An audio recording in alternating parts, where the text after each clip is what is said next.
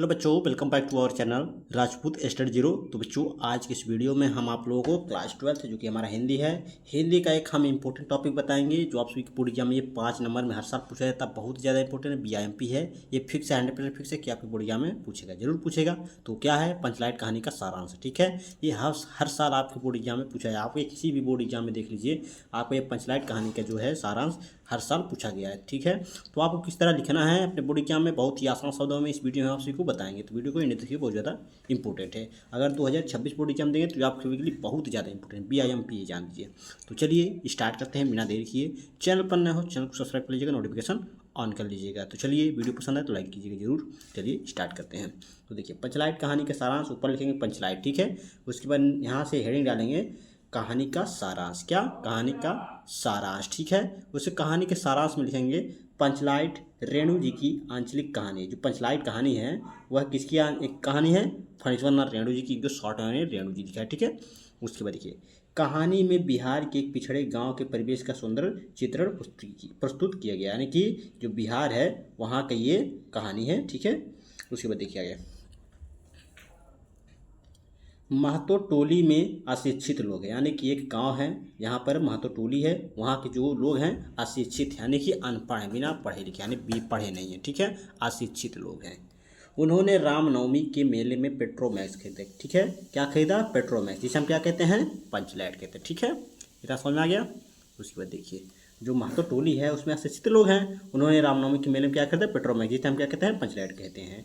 उसके बाद देखिए, पंचलाइट को ये सीधे साधे लोग सम्मान की चीज़ समझते। क्या, जो पंचलाइट है, इसे गांव के जो लोग हैं, जो सीधे साधे लोग हैं, इसे क्या कहते हैं, बहुत ही सम्मान की चीज़ समझते हैं। ठीक है, उसके बाद देखिए, पंचलाइट को देखने के लिए, क्या, जो पंचलाइट है उसे देखने के लिए सभी बालक, औरतें और मर्द इकट्ठे हो जाते हैं। ठीक है, जो पंचलाइट लाते हैं रामनवमी के मेले से खरीद कर, उसे देखने के लिए जो बच्चे होते हैं गांव के, और जो औरतें होती हैं, मर्द होते हैं, वो सब इकट्ठे हो जाते हैं, यानी कि एक दिन इकट्ठे हो जाते हैं। ठीक है, उसको देखिए, सरदार जो होता है अपनी पत्नी को आदेश देता है। क्या, जो सरदार है अपनी पत्नी को आदेश देता है कि शुभ कार्य को करने से पहले वह पूजा पाठ का प्रबंध कर लें। होता नहीं है कि अगर हम कोई नया चीज़ लाते हैं तो उसका पूजा पाठ करते हैं। तो वही कह रहा है सरदार कि अपनी पत्नी को आदेश दे रहा है, यानी कह रहा है कि जो शुभ कार्य है उसको करने से पहले पहले पूजा पाठ जो है पर सभी सामग्री जो है उसका प्रबंधन कर ले। ठीक है,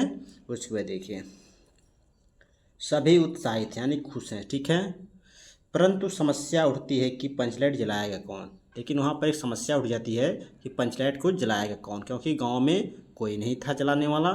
तो उन सब की जो है उन सब के गांव में एक ही आदमी था, वो आगे हम चल के देखेंगे। देखिए, जो पंचलाइट है वो उसे जलाएगा कौन, ये समस्या उठती है। उसके बाद देखिए, सीधे साधे लोग पेट्रोमैक्स को जलाना भी नहीं जानते, इतना लिखेंगे। उसके बाद देखिए, जो सीधे साधे लोग हैं पंचलाइट को जलाना भी नहीं जानते हैं। उसके बाद देखिए, इस टोली में गोधन नाम का एक युवक है।